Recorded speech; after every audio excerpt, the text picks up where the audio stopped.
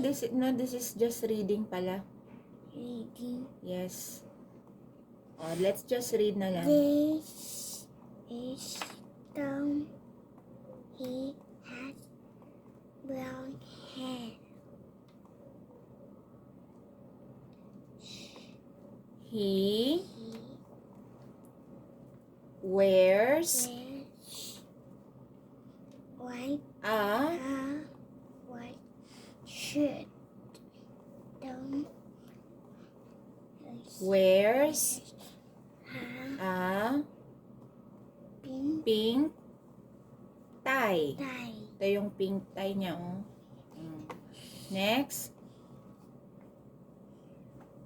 His His shorts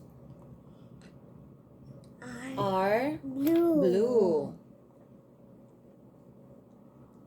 Read. He has black shoes. shoes. So, i-print natin to at i-color, ha?